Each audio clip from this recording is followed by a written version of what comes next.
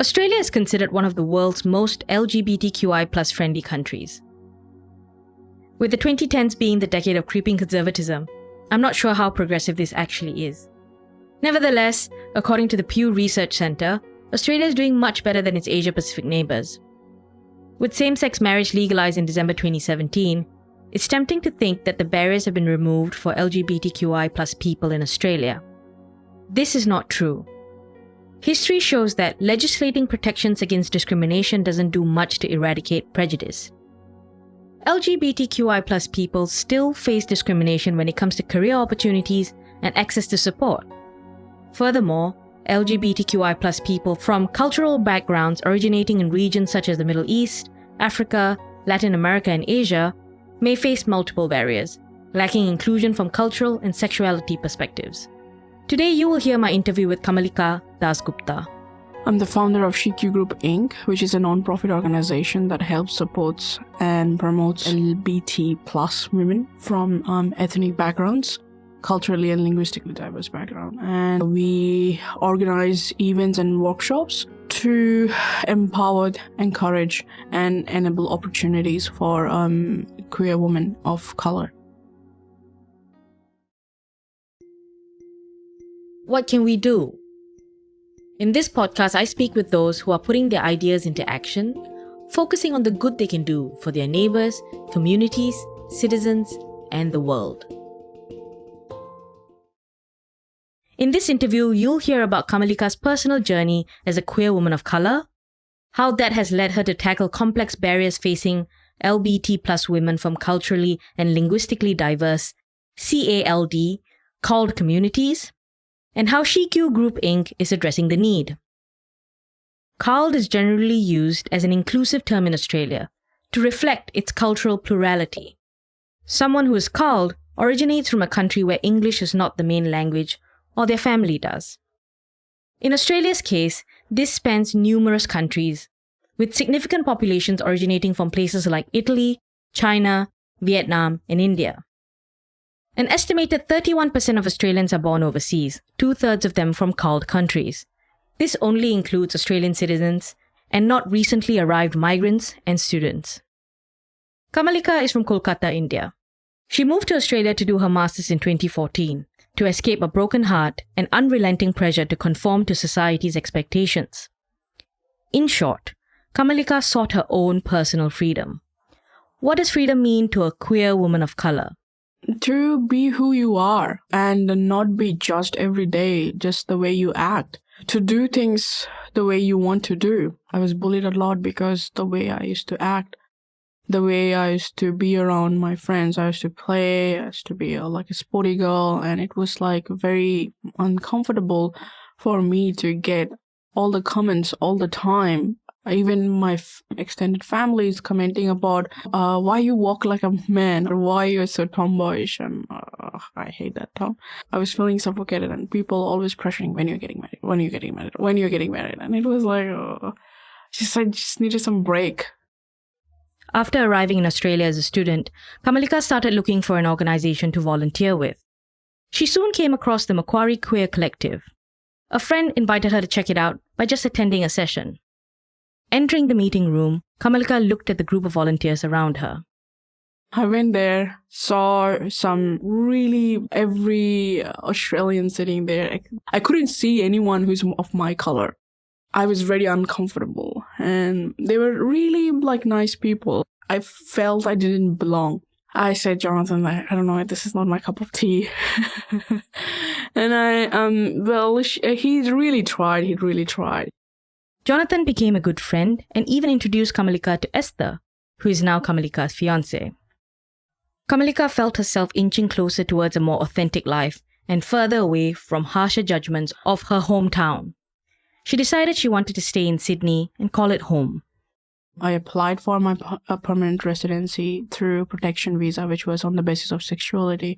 I got rejected by immigration because they thought that I'm not a correct asylum seeker on the basis of sexuality, because I'm an educated woman and I can settle anywhere but Australia.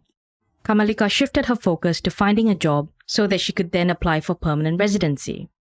This process was difficult, but she managed to find work after some time.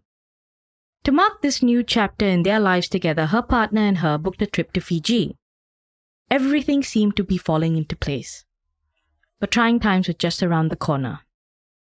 From the vacation where I was coming back, and then I heard a really frantic call from my parents, and they were crying and like they're being ballistic, and they're like, "We know what you're doing there. Why did you do this to our family?"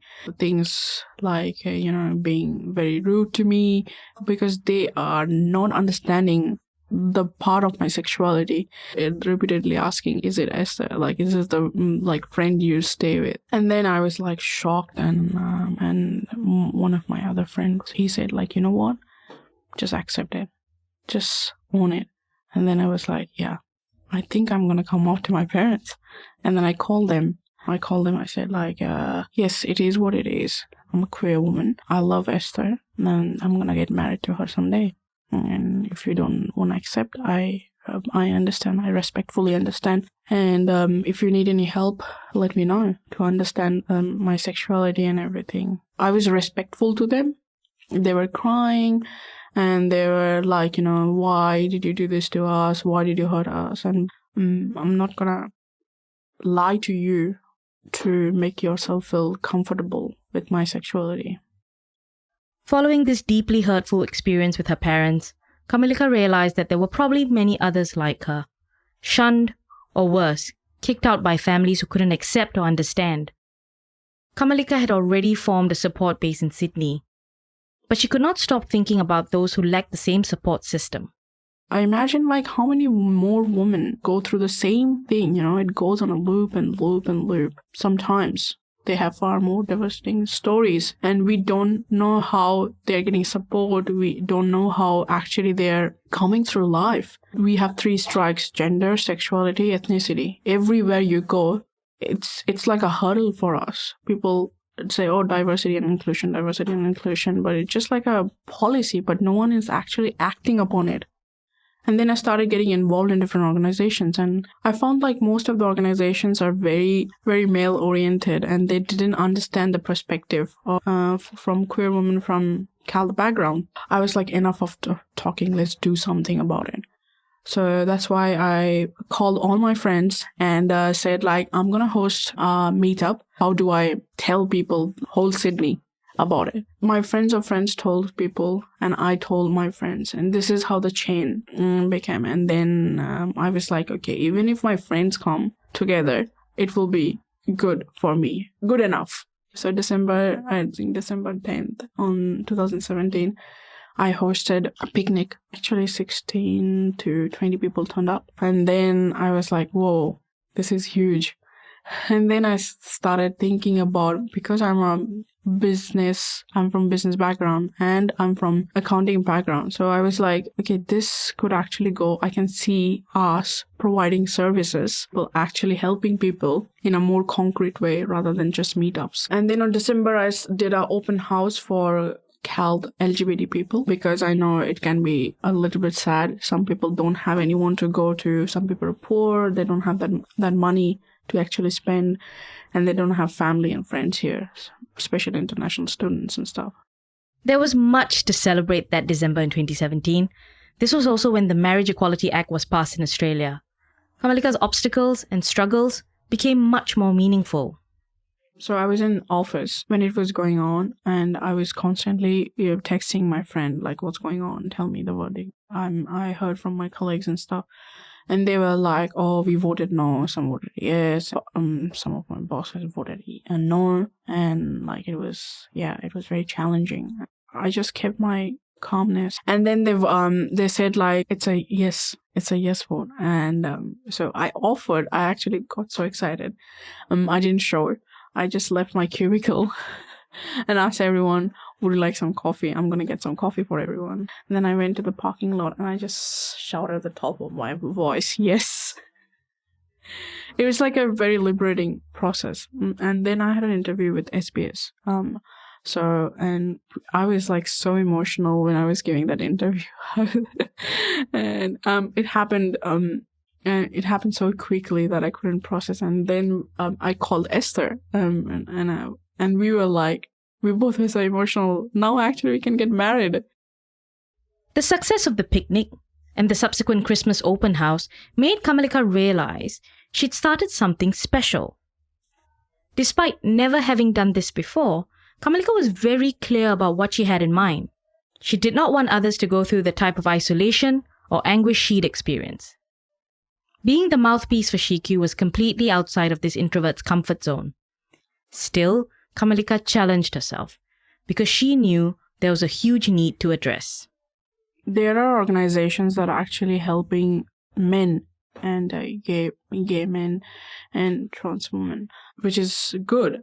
They lack input from a culturally and linguistically diverse background woman, non-binary person. And that's where SheQu comes in and actually fights for our rights. It is very important to actually get those opportunities, create those opportunities, talk about our problems and the daily challenges that we go through. Maybe even simple things like getting a job, coming out to your parents, educating your parents about sexuality and gender. And this is the stuff that I thought that this is important. So we started with only a Facebook group with 3 members, and now we have 196 or 97 members. We have done around 20 events and workshops now, and our team is growing. I started with me, myself, and now we have a growing team, 5 board members and few volunteers, and they're generous supporters, allies who are really helped us to build this SheQu Group Inc. Kamalika reflected on her own experience, focusing on 3 pillars. Pillar number 1, health and well-being. Pillar number 2, jobs, career and professional development. Pillar number 3, social integration. SheQu's community events and workshops are defined by these 3 pillars. The big picture is providing the tools for LBT plus women to take control of their lives, independent of the institutions which have traditionally failed them.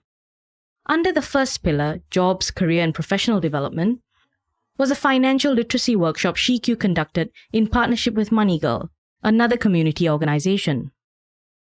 In a survey conducted by Experian, 62% of LGBTQI+ respondents said they experience financial difficulties because of their gender or sexual orientation.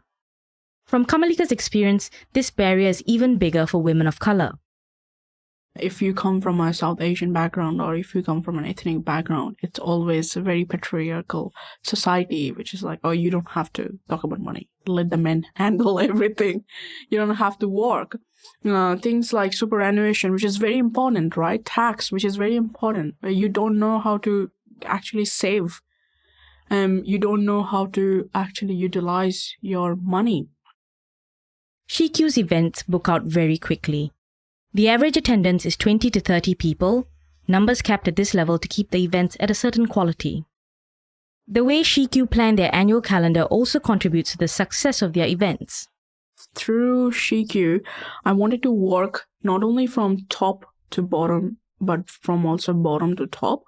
So we do a poll every 6 months on what you want to see, hosted by SheQu. But we also have a set calendar, which we plan for every quarter.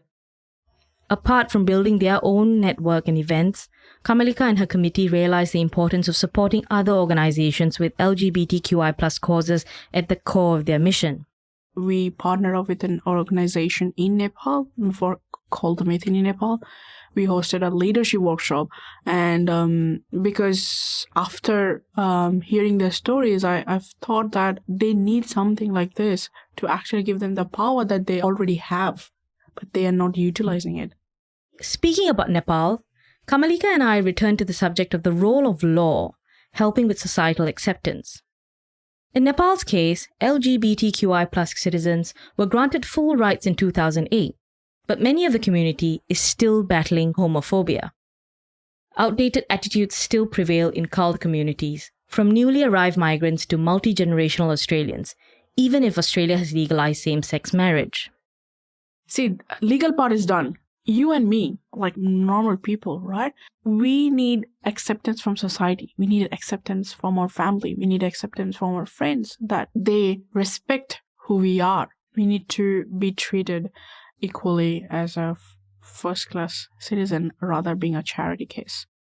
In Australia, where CALD communities are a minority, CALD LGBTQI plus people are a minority within a minority. Finding role models who reflect the same values and face the same struggles is tough. How would you expect a role model when the role model have so many baggages to deal with? You just get tired, exhausted, fighting with every person and every authority, your fan life, your career, and you just don't have that energy to actually start a movement. Just exhausting. I feel like the challenges that we literally face every day is people accepting us. There is a term called glass ceiling in corporate world, which is so true.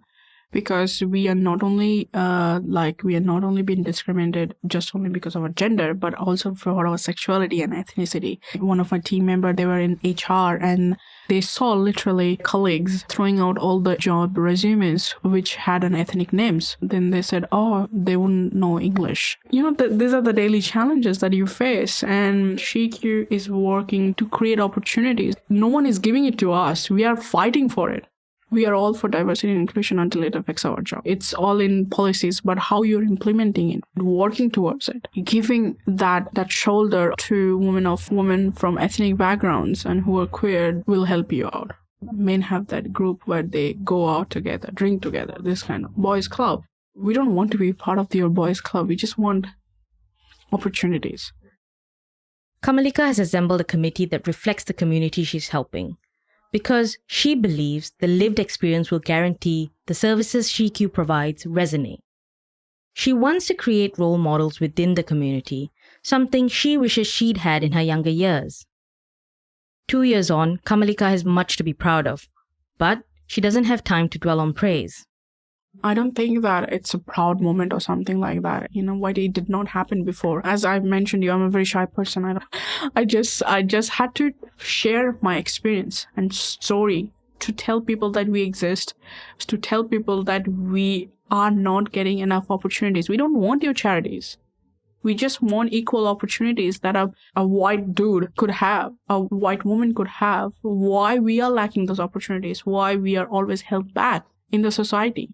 It was not a proud moment. It was actually a very frustrating moment that I had to, an introvert like me, had to go and talk about it. There are a few times Kamalika allows herself to feel pride in what SheQu has achieved. Every time I hear people actually coming to me and telling that you don't know what you did for us. SheQu has changed our lives. I didn't get a platform when I first came to Australia. Thanks for it. It really makes me feel. Then I get proud, we are actually doing to impact something, actually changing people's lives. I know so many people coming to me. I'm actually saying that they were closeted and everything. Now they're not only coming out to their friends, but they're coming out to their parents and they're coming out to their office. And it's a huge impact because they got that confidence of belonging. Kamalika wants to ensure that SheQu supports more people. My vision is to impact, to inspire and give voice to 10,000 women or people from ethnic backgrounds in Australia and outside Australia. So I'm working towards that. Kamalika believes if she, an introvert, could create a growing community, present talks, and raise awareness, anyone can. Just go for it. Don't think about what people would say, what society says, and what your friends say. If you're really passionate about something, if you really believe in your cause, then whoever tells you or shuns you down, don't bother. Those are noises, because you know what you want to do. How it's going to happen, what is going to happen, you don't know.